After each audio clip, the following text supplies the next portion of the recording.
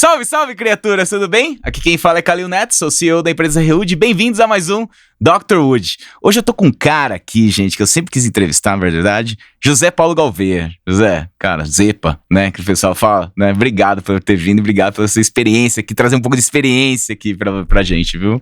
Obrigado, Kalil. É uma alegria estar aqui, a gente já tava planejando, né, essa conversa há um tempo aí, então, muito feliz de estar aqui e, enfim, seguimos. O que eu gosto muito de você, cara, é que você é professor que nem eu, entendeu? E trocar essas ideias é sempre bom, porque você sabe que a gente viaja um pouquinho, né?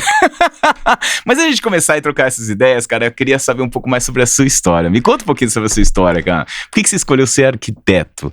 Putz, e onde você se formou? Kalil, essa história, eu já contei algumas vezes, né? Sempre que eu vou conversar, assim, contar a história do escritório, da experiência, como é que eu cheguei na FAU USP, né, que é aqui a minha casa da arquitetura, né, na verdade eu sou filho de geógrafos, meu pai e minha mãe são geógrafos, e então sempre na minha casa tinha essa conversa sobre território, sobre questão física da geografia, são dois geógrafos físicos, e eu, quando fui escolher a minha profissão, muito influenciado também por amigos da escola, assim, a gente escolheu arquitetura junto com um amigo querido meu, e eu achava que eu estava indo para um caminho totalmente distinto dos meus pais. E depois, no primeiro mês de faculdade de arquitetura, eu percebi que a arquitetura, esse pensamento sobre o território, tem tudo a ver com a arquitetura, com o espaço urbano e tal.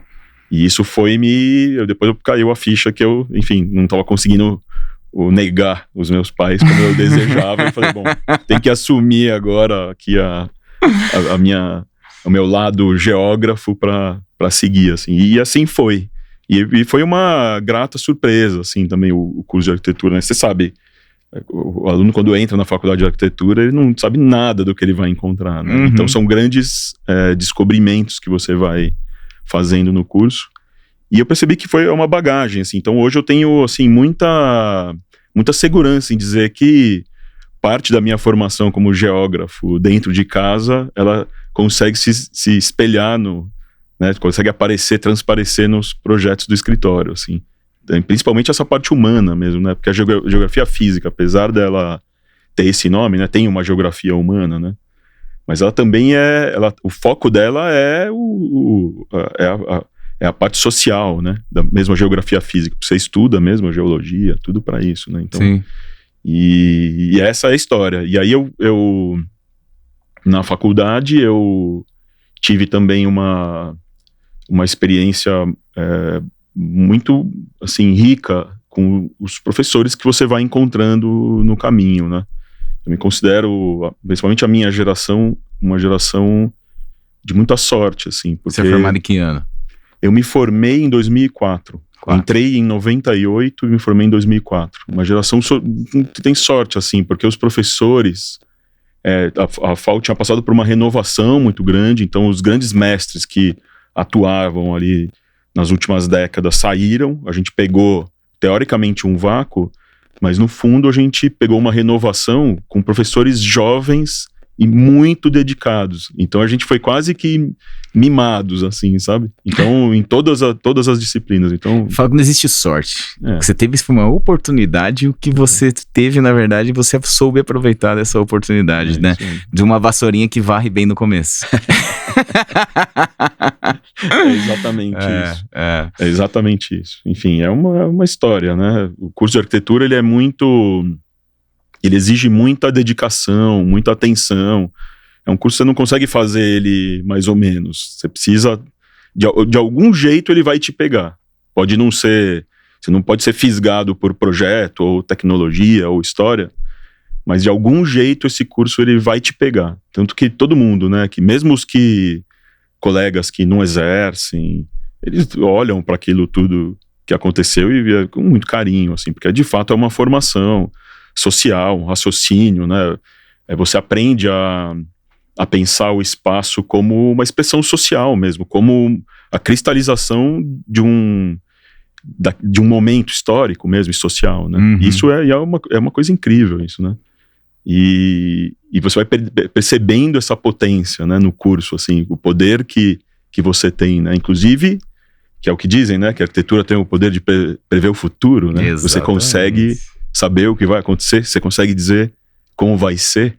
Poder de modelar o futuro. Exatamente, que é a questão do desenho, que é o nosso tema aqui, né, que é uma coisa que, apesar de muito judiada, é uma coisa muito importante, né? Eu acho que esses cursos de arquitetura que a gente vê, essa valorização é bastante importante, assim, o desenho como protagonista mesmo.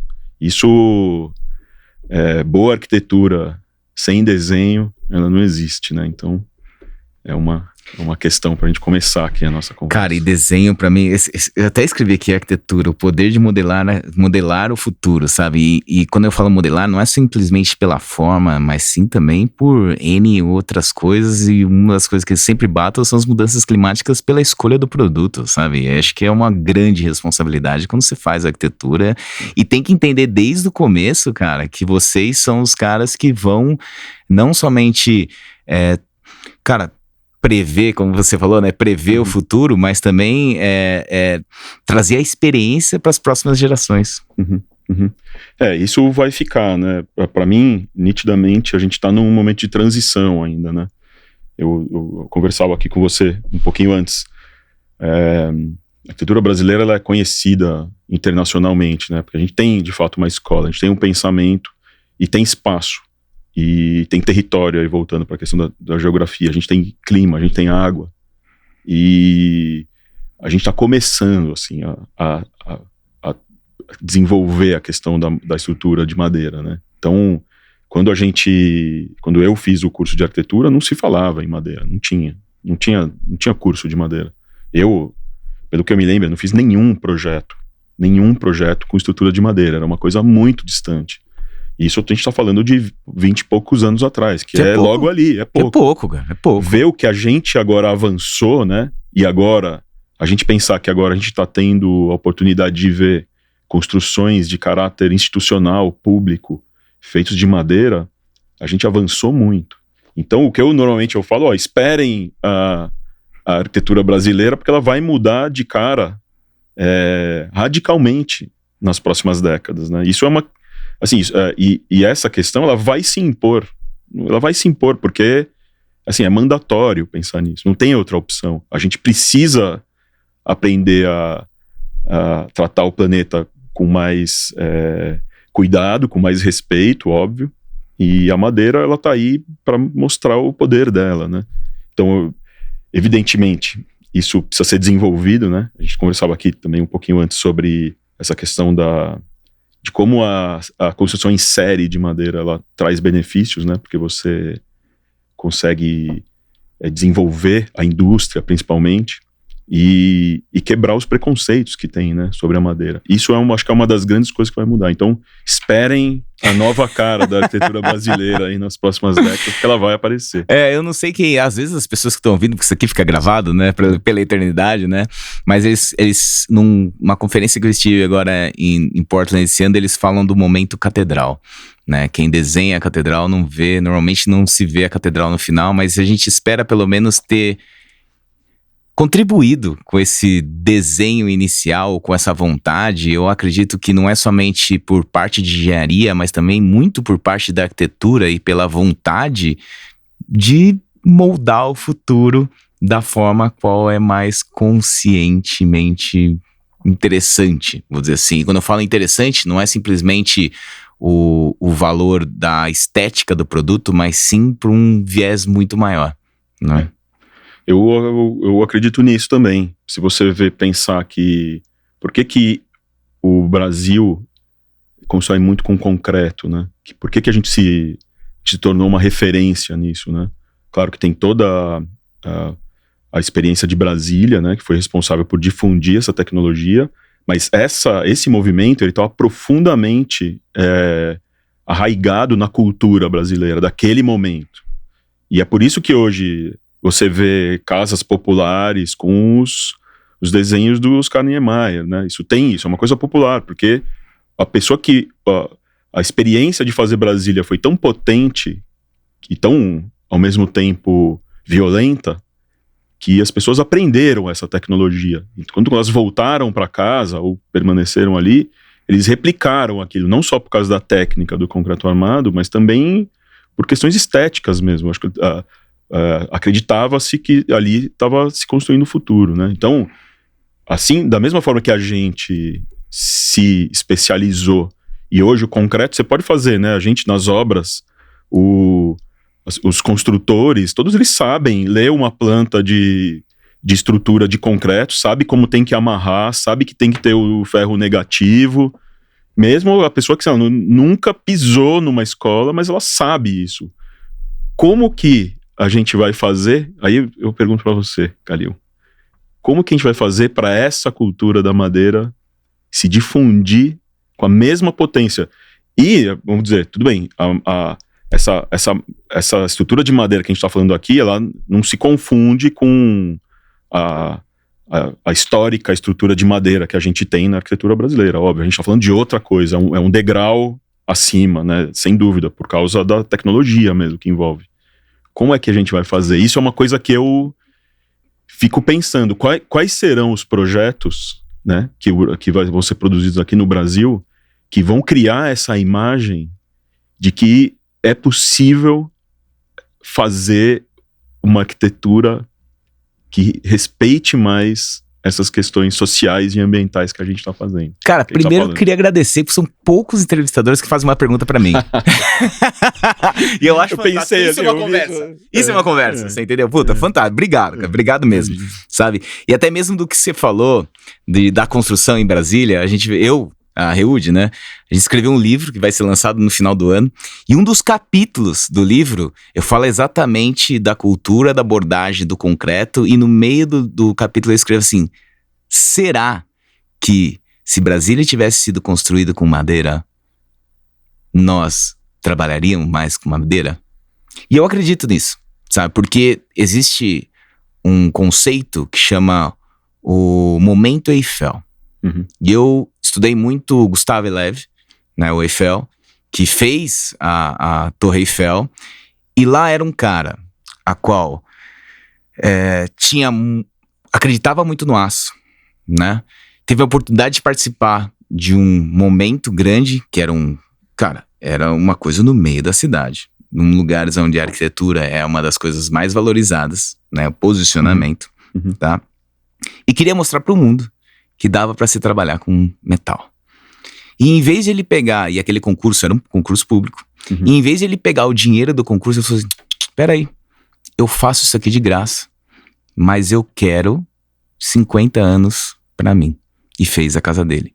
Ele mostrou, através da tecnologia existente, que uma nova tecnologia pudesse fazer um momento Eiffel ser uma coisa muito mais alta.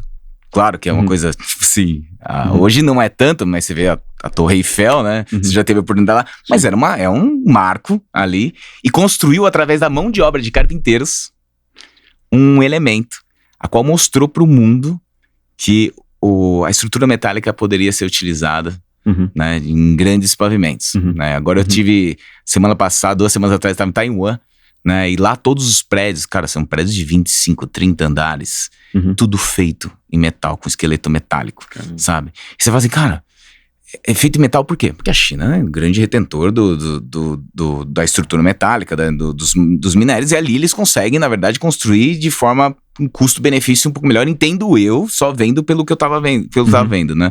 Mas, de forma geral, respondendo a tua pergunta, eu acredito, na verdade, que primeiro precisa ter a conscientização, depois da conscientização para o uso do material, ter o domínio do material, porque ninguém utiliza o material, e isso é informação, seja nas faculdades, até mesmo no Dr. Wood, no podcast, trazendo pessoas como você, né, que são professores, que entendem, né, dar aula desse tipo de coisa.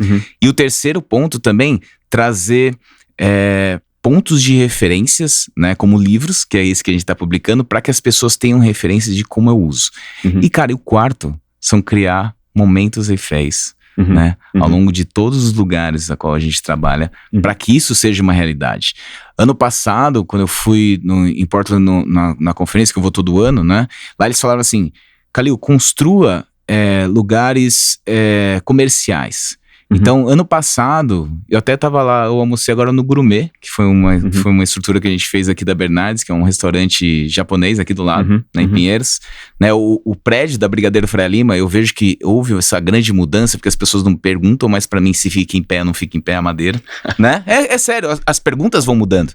Entenda que eu tô há grande tempo no mercado, então as perguntas vão mudando e você entende a evolução e a aceitação das pessoas, né? E nós fizemos também pro Rosenbaum 2 estruturas ali na Oscar Freire, que acho que você teve a oportunidade de visitar, que foi a Companhia Marítima e a Casa Francis. Sim. E aquilo não é uma questão que vá lá ver uma estrutura. Não. A pessoa eventualmente, já esteve no lugar daquele, como Madengo, né? Às vezes nem entendeu que aquilo lá, mas já te dá a possibilidade da pessoa ter um contato, uma referência e que para as futuras gerações possam desenhar da forma qual deve ser. Hoje nós estamos fazendo, por exemplo, estamos construindo hoje, as peças já estão lá em loco, um Instituto de Arquitetura da USP de São Carlos. Conheço o projeto também. Da KT. Da KT. Né? E as peças já estão lá. Na frente do Laboratório de Madeiras, onde eu fiz mestrado e doutorado. Eu acho que esses projetos de caráter público, coletivo, eles têm um poder de... Com certeza. São momentos em festa gigantescos. Exatamente. Gigantescos. Porque a madeira, se você for pensar, na verdade, a madeira estava em Brasília, entendeu? Então você vê as fotos da construção... Não, muito. Você via que a madeira estava lá, ou seja, a gente sabe fazer. A gente sabe usar a madeira. Mesmo. Tudo bem. A tecnologia mudou muito, mas a gente sabe fazer. Eu fico pensando, né, até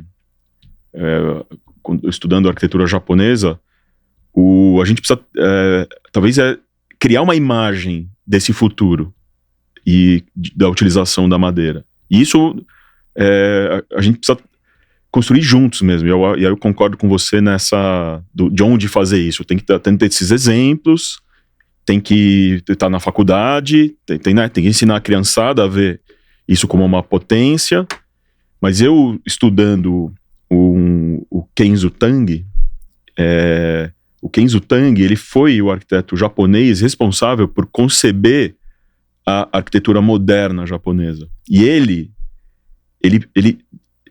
não só mostrou como fazer, mas ele concebeu uma ideia que é muito bonita, que ele falou, olha, o concreto, a gente vai começar agora a construir com concreto armado, aparente e tal, mas a gente vai usar o mesmo conhecimento milenar da carpintaria japonesa.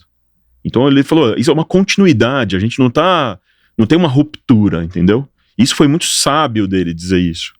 Porque todo mundo, ao ver, primeiro, e de fato é um conhecimento incrível da manipulação da madeira, do conhecimento da madeira, das fibras e tudo mais, o que era feito de madeira nesse momento começou a ser feito de concreto, então o mesmo operário que fazia as casas de madeira, diz ele, né? A gente vai fazer essas estruturas de concreto armado e tem uma transição muito natural entre uma coisa e outra. Óbvio que a gente sabe que não é exatamente desse jeito, mas como imagem é uma coisa muito potente, né? Como fazer? E aqui eu acho que tem isso, a gente sabe usar madeira. Isso, e tá nas obras, né? Então, sei lá, quem já fez... E é um país que chama madeira, né? Exatamente.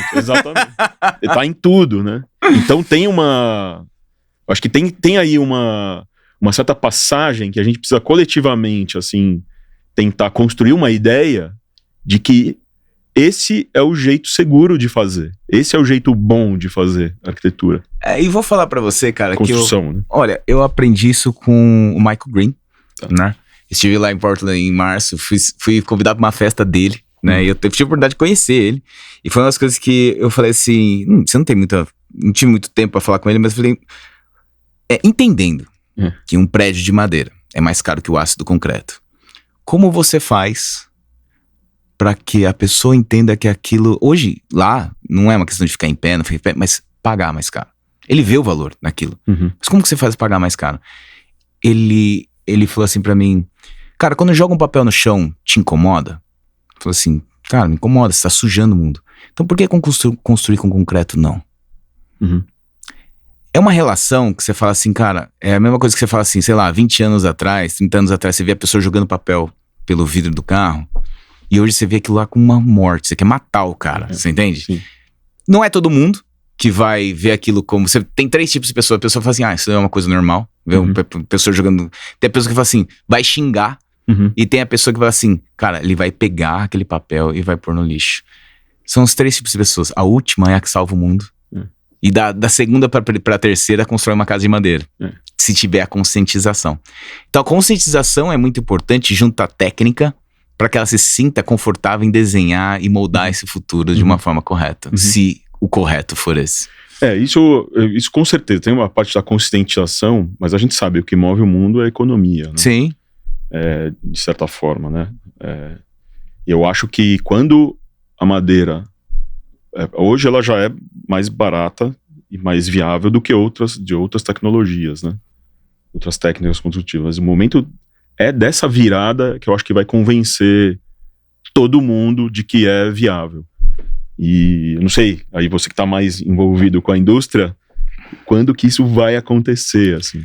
Quando será, entendeu? Porque a hora que essa lógica mudar, porque todo mundo vai optar por essa tecnologia, né? Zepa, eu vejo e a palavra é tecnologia, tá? Eu vejo que, assim, eu vou pros Estados Unidos e para outros países, Alemanha e Áustria, onde são fabricados 80% do produto industrializado, e uma das coisas muito importantes que fala assim, mesmo eles produzindo, tipo, eu produzo 3 mil cúbicos ano, a Reud eles produzem 300 mil cúbicos. Então, tipo, não dá nem pra comparar. Uma empresa deles dá um... Sim, você pode somar tudo que tem no Brasil e nem chega nem perto. Né? E o mercado deles são globais. Se eles que estão lá e comparam com concreto e com aço, aonde o produto é mais barato do que a mão de obra, que é diferente daqui, né? Que lá a industrialização faz muito mais sentido. Ainda a madeira ou pode ser equivalente, mas ainda com um custo um pouco mais alto, se você valorizar ponto a ponto, aqui ainda vai demorar um pouco para modificar, tá? Mas de forma geral, eu acho que se for para atuar de uma forma para se equivaler um material com outro, é claro que você deve fazer uma análise global, mas não existe a melhor solução, o aço, a madeira, o concreto. O que existe é um sistema qual se enquadra melhor do que o cliente ou do que você está procurando, seja pelo tempo, seja pela descarbonização, seja por o acabamento, seja pelo número de equipes que você vai colocar na obra. Mas eu acho que o primeiro ponto é o concepcionar. O concepcionar com madeira corresponde a 51% do custo da obra. Então, se a gente tentar, eu ia falar isso, uma obra de madeira, nascida como madeira, ela vai poder ser madeira. Uma obra de concreto e de aço, querendo trazer para madeira, ela nunca vai ser de madeira. Então, a gente tem que ter pessoas a qual ensinem e tenha referências e estruturas de madeira que elas possam ver. E entenda que essas referências, não estou falando de referências internacionais, não. Estou falando de referências tropicalizadas para o Brasil, para que a gente possa entender os problemas que teve. E entenda que a gente vai ter problemas como eles têm lá, até hoje lá fora, quando eles querem fazer uma coisa nova, você entende? Porque aquilo é uma evolução. E todo produto se transforma, se evolui. E eu acho que a madeira, aquilo que você falou, que é uma continuidade entre a fase da madeira serrada, do concreto, do aço, o produto industrializado, nada mais é que uma continuidade da linha do tempo a qual a gente vive. E pensar assim é muito legal, né? A gente no escritório, a gente tem a gente pensa isso também. Eu não acredito que você faz um projeto e depois você aperta um botão e muda a estrutura. Para mim, quando a gente começa a desenhar, não importa qualquer edifício, se é em madeira, a lógica é totalmente diferente. É isso que você está dizendo. Exatamente. Não tem isso, não é uma opção que você muda, porque o módulo muda. A gente preza muito pelo desenho e pela modulação mesmo, porque a economia e a racionalidade construtiva, ela está no módulo, para fazer isso.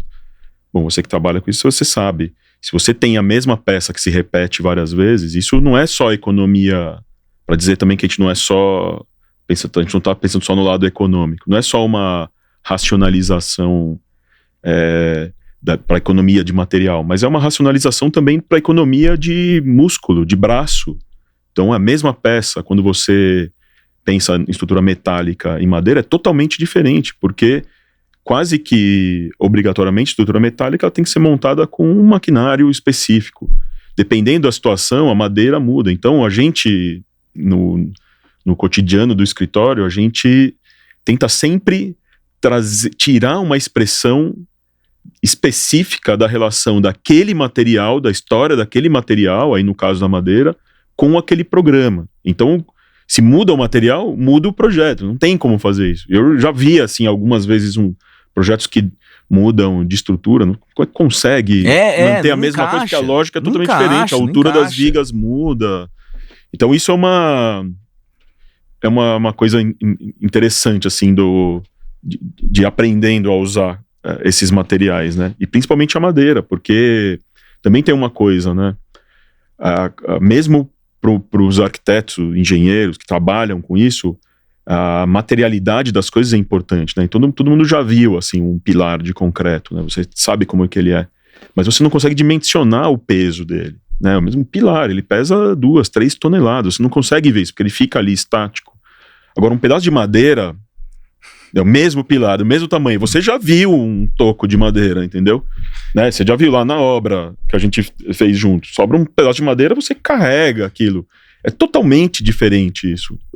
Então, o que a gente acredita?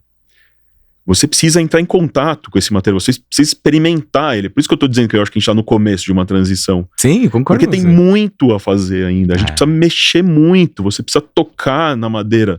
Você precisa testar nesse clima, né? Porque tudo bem, muita parte do desenvolvimento veio, a gente vai desenvolvendo, mas a gente precisa estar nessa situação e tratando esse material, vendo como ele se comporta. E aí eu também faço essa defesa desde que eu estou na faculdade, meus amigos engenheiros.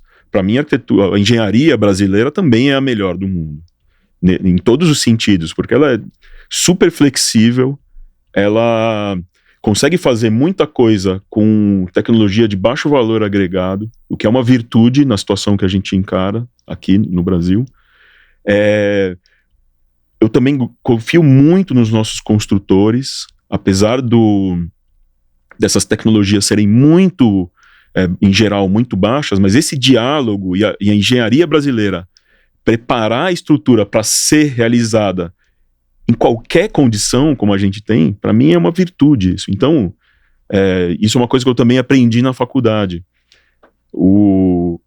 Arquitetura e engenharia, ela deve ser pensada como uma coisa única. Perfeito. Né? É a mesma coisa. São partes da mesma... Não vou nem dizer da mesma moeda, porque moeda você está oposto do lado. A gente não está oposto, a gente está exatamente no mesmo lugar. E a gente só vai conseguir fazer uma arquitetura boa se esse diálogo tiver muito, muito afinado.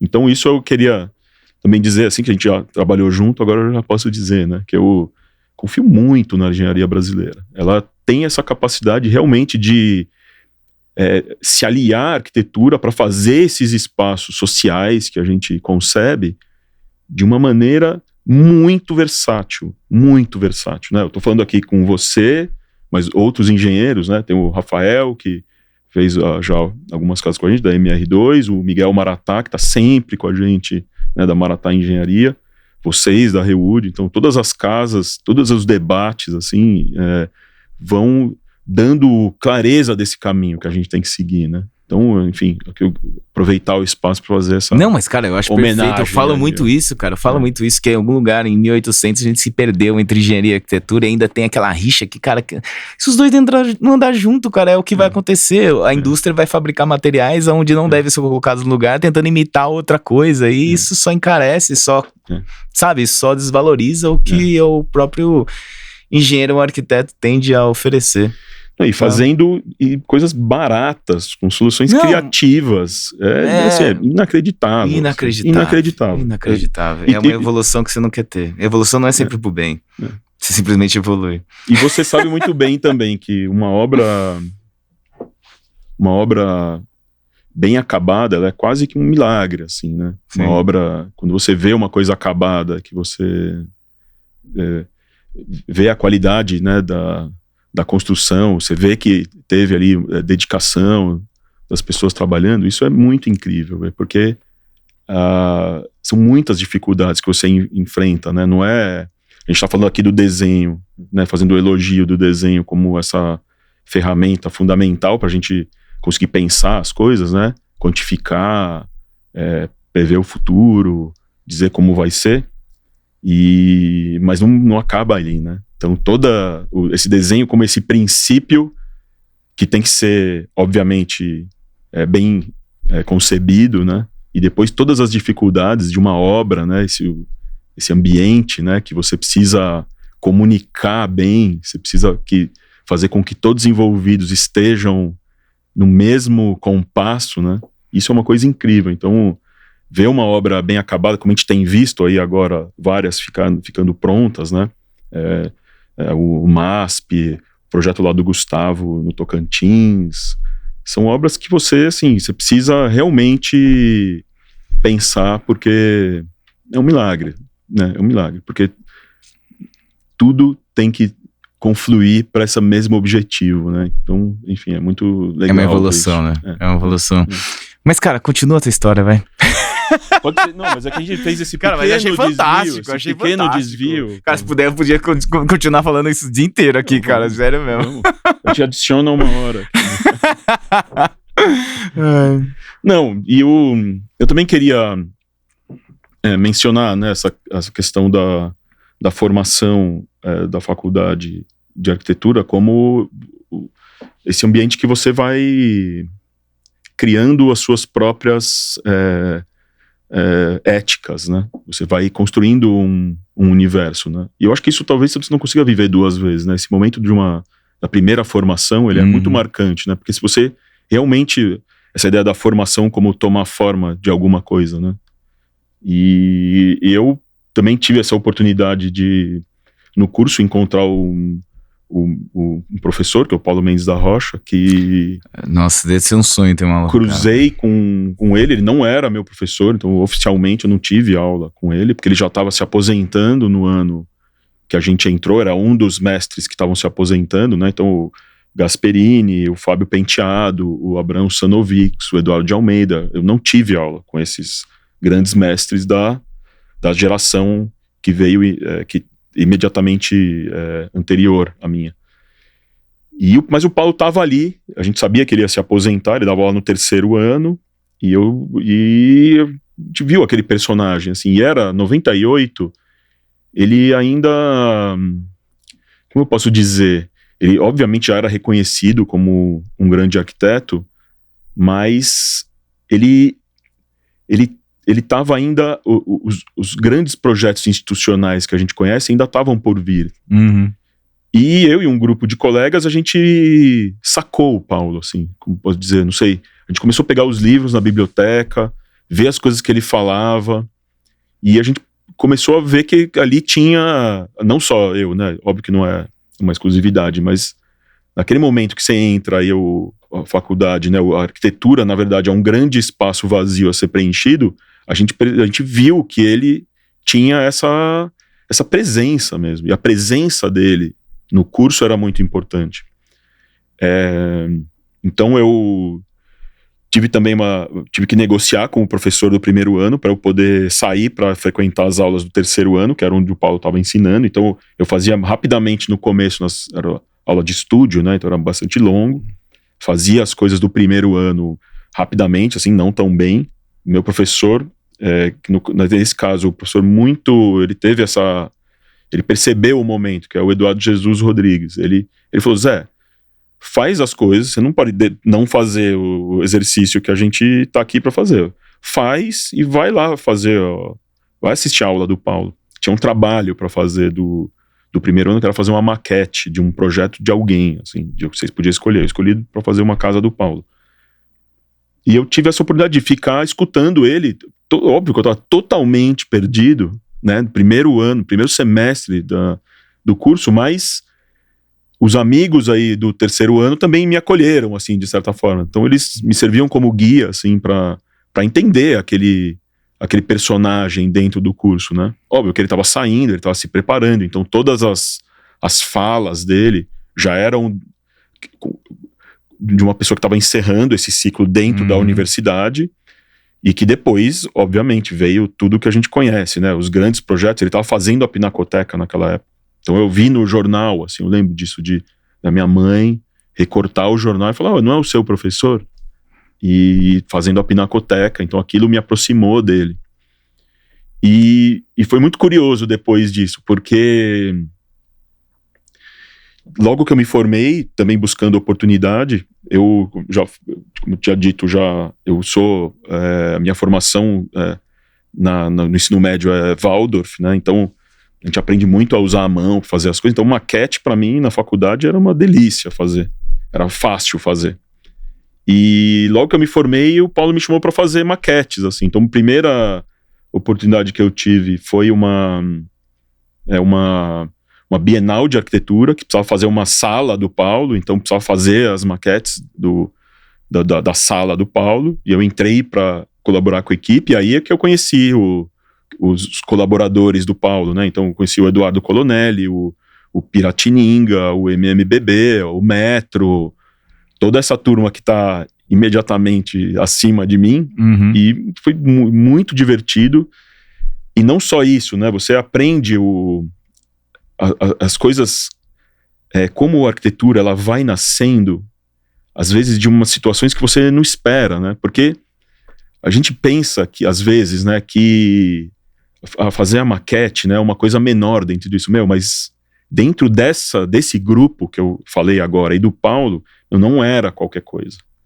Era uma coisa muito séria fazer. Séria não assim no sentido da cobrança, mas porque fazer uma maquete em arquitetura é você verificar decisões que você teve no desenho. Perfeito. Então isso é uma coisa que era muito cara para o Paulo e para esses escritórios que eu falei. Então todo mundo que estava ao lado era um grande momento. E isso era feito no meu escritorinho, esse momento de vamos ver a maquete do Zé Paulo, entendeu? Vamos lá, como que ficou o negócio? Então, e vinha todo mundo pro escritório, então eu, assim, jovem, vendo aquela cena, né?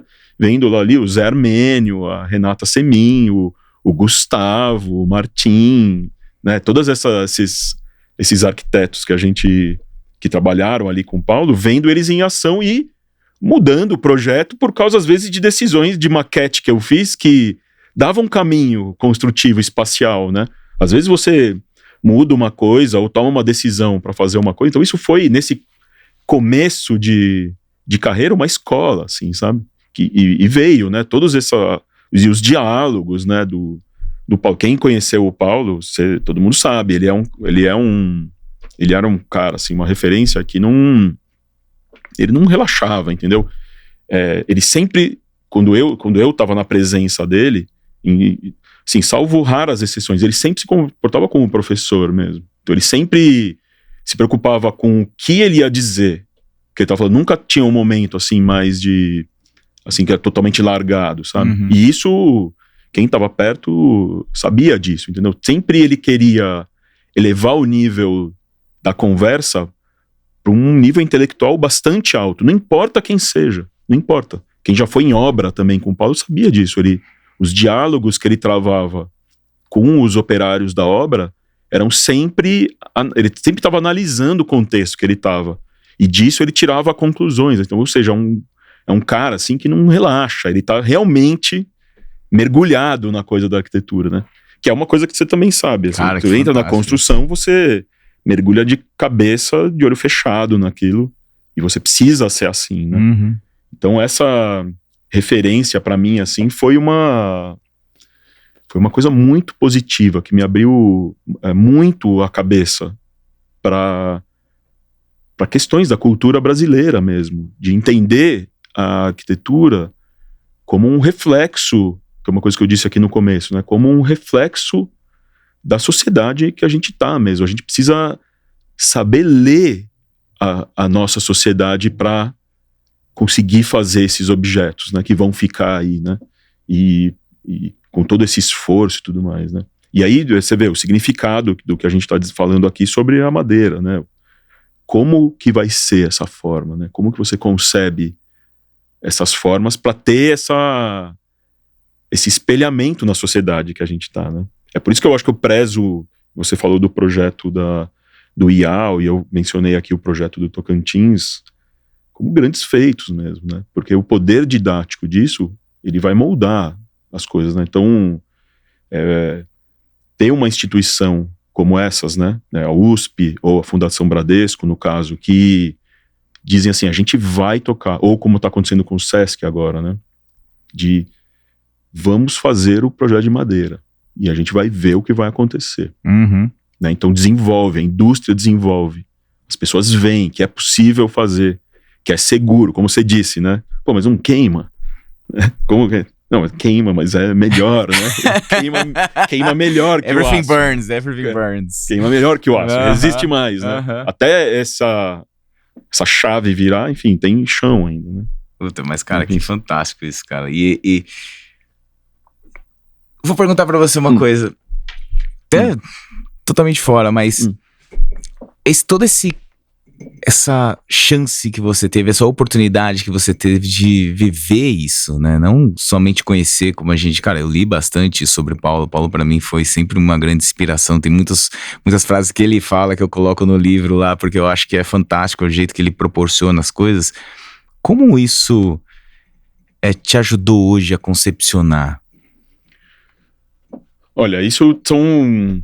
É difícil, né, falar de concepção de projeto, né, porque são caminhos que se formam na cabeça que você não consegue explicar muito bem, né.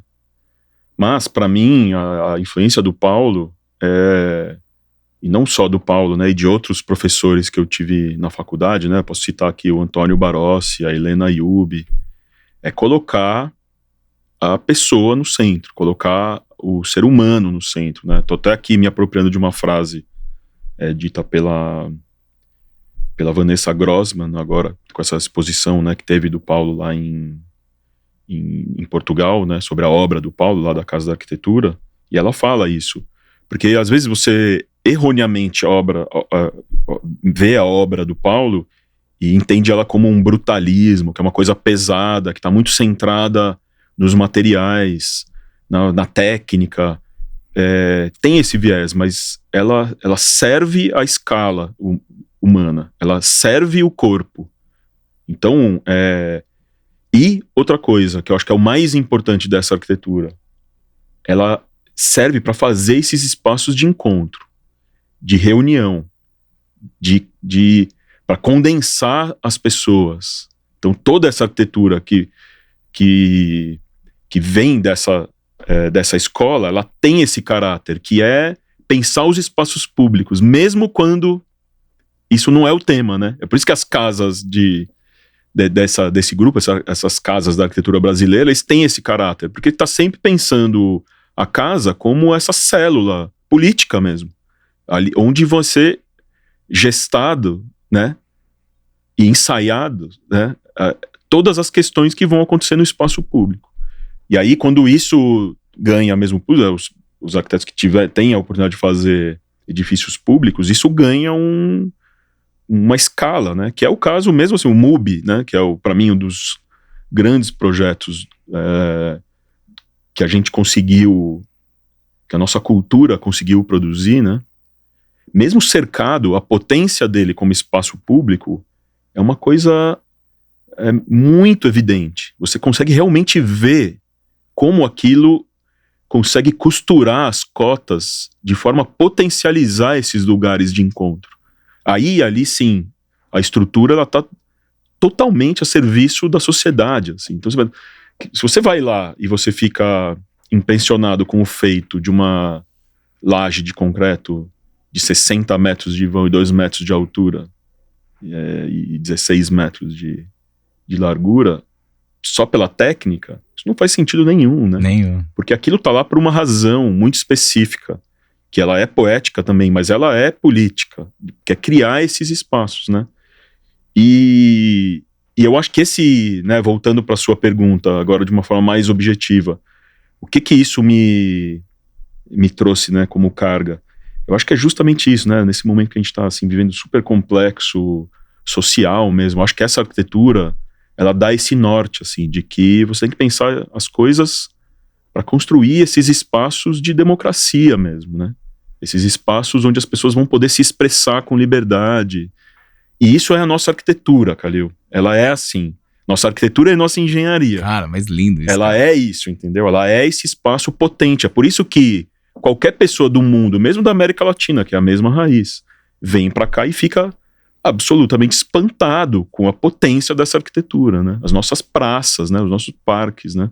Mesmo que você possa dizer assim, pô, mas São Paulo tem essa massa de arquitetura indistinta, né? Os prédios são meio iguais, todos, mas eu acho que vem daí justamente, entendeu? Essa necessidade de expressar com uma potência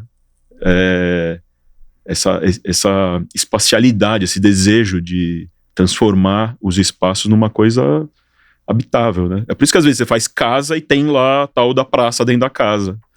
Então cara, é uma loucura isso, né? Tem lá na minha casa, que você conhece. Aham, fantástico, cara. Fantástico, cara. Isso sabe, é muito do que eu penso. É muito do que eu penso, sabe? E cara, voltando um pouco... Quando que você abriu o escritório e quando você dá aula na escola? Como é que é dar aula na Escola Cidade? Eu também tenho uma coisa muito importante da formação, que é pesquisa, né? Então, na FAO, eu comecei a pesquisar junto com a minha geração, ela é muito ligada à pesquisa, né? Então, todo mundo que tem o escritório, não só dá aula, mas também pesquisa. Então, todo mundo fez mestrado e doutorado, boa parte, assim. Então, isso é uma coisa bastante positiva. E quando eu entrei no mestrado, eu fui convidado para ser assistente do Álvaro Pontoni, do Ciro Pironde, na Escola da Cidade, dando aula no primeiro ano da faculdade ali. E eu era um monitor deles, né? São 2 grandes professores, 2 grandes mestres, assim. E de cara eu comecei a falar o que eu estava estudando. E um dia eu era um monitor, que é um cargo totalmente temporário, assim, né? E um dia os alunos começaram a perguntar, né? Que moleque aí, né, quase da nossa idade aqui, o que você está estudando? E pediram para eu um dia dar uma aula sobre a minha pesquisa de mestrado. E foi muito legal, acho que foi a primeira aula que eu dei, assim, na minha vida. E... de uma forma não usual, os alunos ficaram muito felizes, aplaudiram, assim. E quando eu sentei, depois voltei de novo para a sala de aula para continuar o curso, né, lá na Escola da Cidade, a aula de projeto tem 6 horas, né. E o Ciro pegou na minha mão assim e falou: ano que vem você vai virar professor.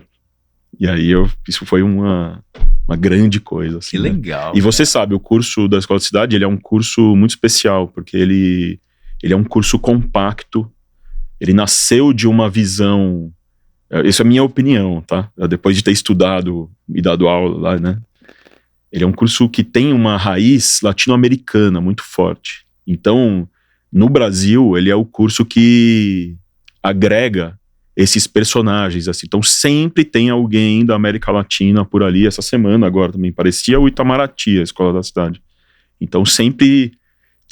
as pessoas são recebidas ali, sempre para dar aula, e depois os professores brasileiros vão para esses países, né, em retribuição também, lá difundir as coisas. Então, esse é o caminho que me fez chegar na Escola da Cidade, ser professor associado lá agora. O escritório, a gente, como eu disse, né, eu comecei a fazer esses projetos, essas maquetes com o Paulo, mas sabia que dali não ia sair muita coisa, né? Foi o aprendizado mesmo. Até que um dia eu tive que falar com o Paulo: Paulo, eu não quero mais fazer maquete, porque agora eu quero fazer arquitetura, né? Foi legal, mas o Paulo, óbvio, que ele entendeu e até me convidou para participar de projetos muito importantes, assim. Que foi, eu participei do projeto com o MMBB do Museu dos Coches. Então eu fiz parte do projeto executivo já com a minha empresa mesmo, direitinho, emitindo nota, né, participando, que é um grande passo, assim, né, para um jovem arquiteto. E também, aí a convite do Paulo, da Marta, do Fernando e do Milton, e também no Piratininga a gente desenvolveu o projeto da Vale, lá em Belém. E também foi o Zé Armênio, a Renata, ali, o João, me convidaram também para fazer, porque é isso, cai um projeto grande, vem um projeto grande, mesmo para escritórios desse porte, né, que eu falei, que é MMBB e Piratininga. Às vezes você precisa de uma ajuda para fazer, a gente precisa de uma entrega aqui, ó, pega essa parte aqui. E eu fiz, foi muito legal, porque eu fiz todos os banheiros, assim, dos 2 projetos, todos os banheiros.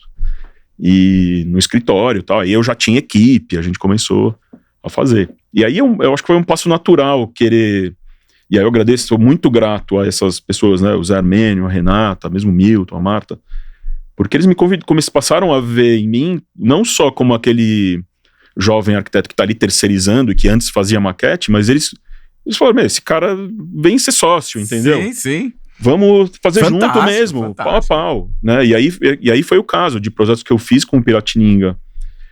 Acho que o mais emblemático é o Céu Luiz Melodia, né? Que é o Céu de São Miguel Paulista, que foi uma experiência incrível.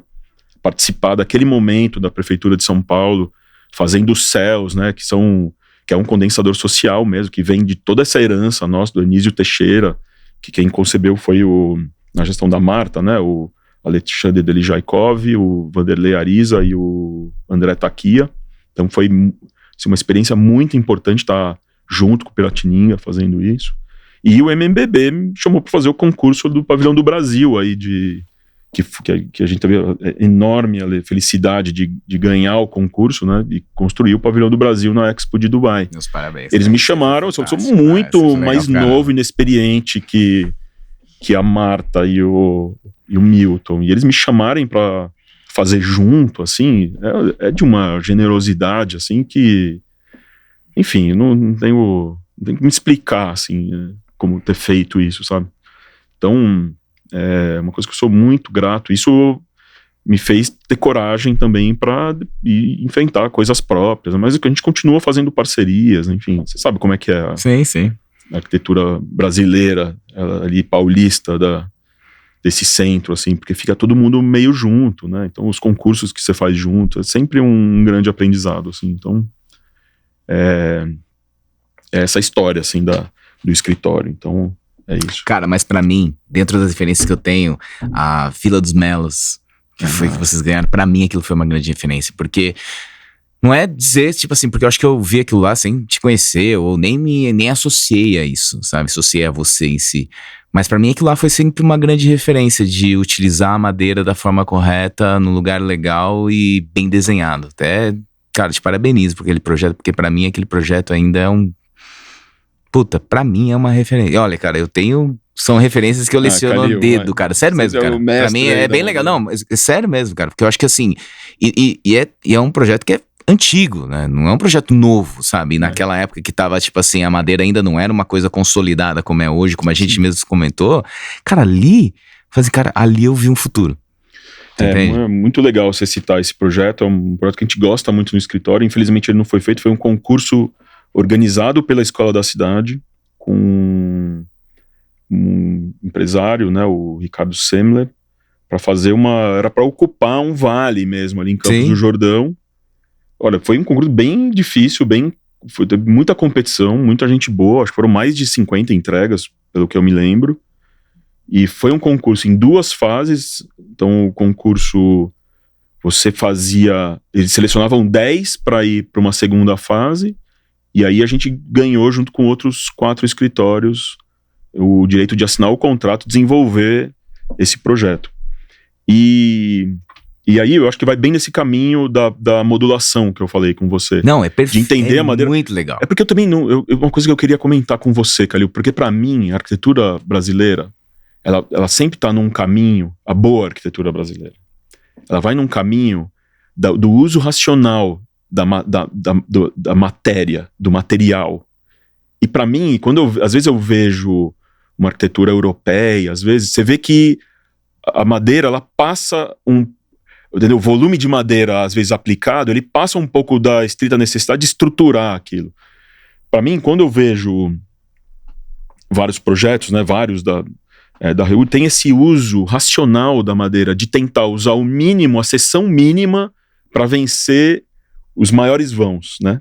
Então isso para mim é uma racionalidade, porque você está usando o meio ambiente, né, e toda a potência que a gente tem aqui no nosso território para fazer isso. E aí na Vila dos Melos foi exatamente isso, né? Como que você usa a modulação para ter o mínimo de madeira, porque pensar numa casa modular, né, para ser feita em escala, você precisa reduzir muito o volume de madeira mesmo, porque você precisa racionalizar a construção, você precisa fazer com que aquela peça seja produzida rápido.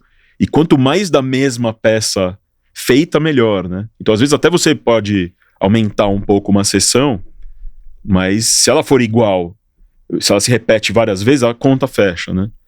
Isso foi isso.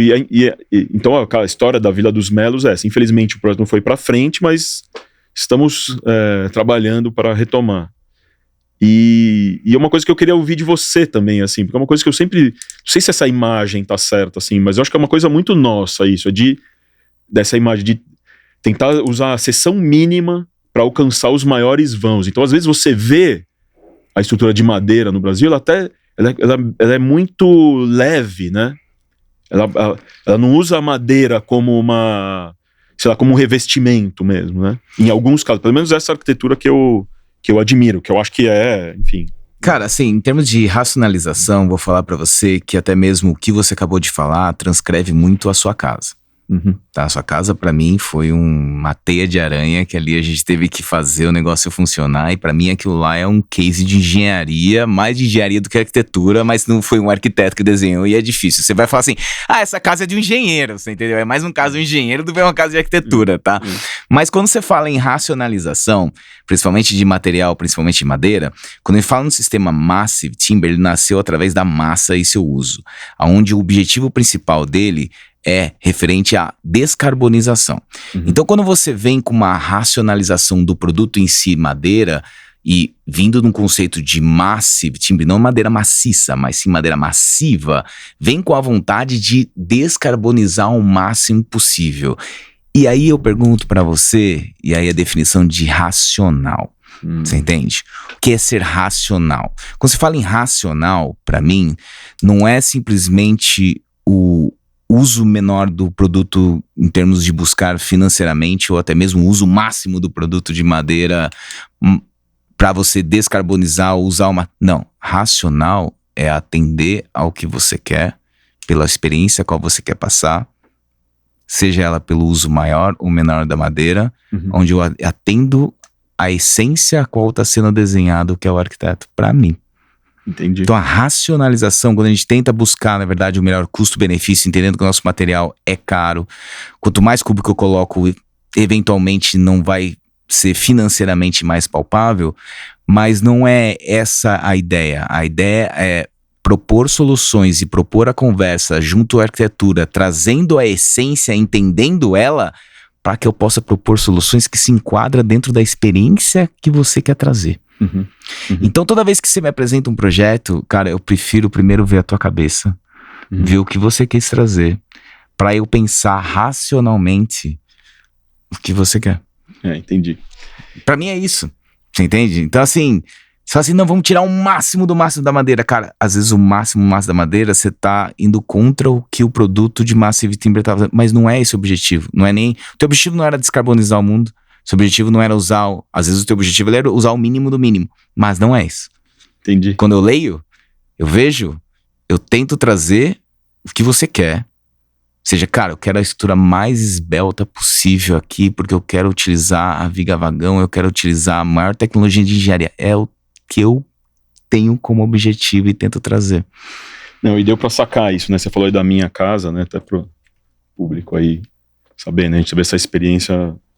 Essa aventura maravilhosa. Foi uma aventura. Essa daí foi uma aventura. Até agradeço o Nicolas por essa, viu? Porque o Nicolas foi foda. Ali ele foi foda. Foi. A dedicação da equipe da Rewood pra ali projetar e depois executar, assim, realmente foi uma... A gente tá falando dessa casa aí da Rua Oroz. Realmente é uma pérola ali da estrutura. Realmente, cada peça... E é uma estrutura mista, né? E eu entendo que você fala sobre essa questão da racionalidade, eu entendo isso. Eu acho que talvez é exatamente isso, porque eu acho que a nossa afinidade ali ao fazer o projeto estava tão claro o que a gente estava querendo extrair daquela situação que... Mas essa clareza vem de você. Eu entendi. De você entender. Você entendeu. Às vezes você vem com uma coisa que não tá claro nem pra você. Pra mim, reler isso e tentar trazer qualquer tipo de solução, eu não consigo. Isso que é o legal. Pra mim, o legal não é simplesmente ver o negócio, projetar o negócio, concluir. Não, o mais legal É tipo ver, entender essa clareza, que é essa conexão entre engenharia e arquitetura, e você tem que ser claro e, pra mim, tentar trazer o que quiser. Porque toda vez que a gente, na Reúd, quando a gente tenta, dentro da cultura da empresa, tá escrito bem grande, é trazer a essência da arquitetura. Então entenda a essência da arquitetura e tenta trazer aquilo. E quando você mandar qualquer proposta, a gente manda o valor do que você está desenhando com opções a qual a gente pode trazer para você, mas eu não vou modificar o que você desenhou, porque eu não sei exatamente se aquilo vai fazer uma interferência para o que você quer trazer. Então isso para mim é muito bonito. É isso que eu tento trazer para nossa empresa. Não, isso foi bem legal e deu pra ver isso quando a gente estava concebendo, a concepção do projeto, que foi uma coisa mais rápida ali, vocês sacaram bem o que a gente estava querendo. E, bom, depois a gente tem que disponibilizar o projeto aí. Vamos sim. Se você permitir, vamos. Claro, o teu projeto tá no meu livro, só pra falar, tá? Ah, vai, é verdade? É verdade, tá lá. Pô, que eu preciso de umas fotos novas, por sinal. Não, logo teremos. Mas o desenvolvimento, eu entendo que você tá falando sobre em respeitar a ideia que tá vindo de quem teoricamente concebeu, mas eu posso dizer com muita alegria que eu acho que foi uma troca ali, porque o Nick, o Gabriel, né, eles sempre davam inputs, né, porque também, assim, não tinha muita certeza do que poderia ser, né, então o desenvolvimento do projeto é justamente isso, você vai dialogando com o interlocutor, no caso, os projetistas da Reúd, e você vai imaginando possibilidades, entendeu? Então, as reuniões que a gente fez ali durante as semanas intensas de projeto, a gente foi deixando claro um caminho que, para mim, não era claro na primeira reunião. Eu realmente não sabia o que era possível fazer. Então, a ideia a solução pela viga vagão são vigas muito esbeltas, né, de 26 centímetros, com o vagão, um pé direito alto, um vão grande, né, que varia de 10 a 11 metros, né, sem nenhum apoio no meio. Isso foi uma coisa que a gente descobriu junto. Então eu tenho orgulho de dizer que o projeto foi feito junto com vocês. Isso não, foi legal pra caramba. Foi legal pra caramba. Zepa, já falaram que meu tempo terminou, cara. Mas se quiser a gente pode marcar outro. Mas eu tenho mais uma pergunta pra você. Já acabou, mas ainda dá. Fala. José Paulo Gouveia, que arquitetura pra você, cara? Com tudo isso que você trouxe pra mim, que eu sei que a gente falou bastante, mas eu quero saber de você. O que é arquitetura pra você, cara? Olha, é uma pergunta bastante complexa, né? Porque responder assim, de uma forma resumida, né? Mas eu acho que tá aqui acho que a gente conseguiu cercar nessa nossa rápida conversa de hoje. Eu acho que a arquitetura, ela é essa cristalização de um momento histórico mesmo. Eu acho que ela tem a arquitetura é essa ideia que permite fazer com que coisas totalmente abstratas se condensem e conformem um espaço propriamente, né? Parece assim um pouco óbvio e talvez amplo demais dizer isso, mas eu realmente acredito que a teoria da catedral que você falou, né?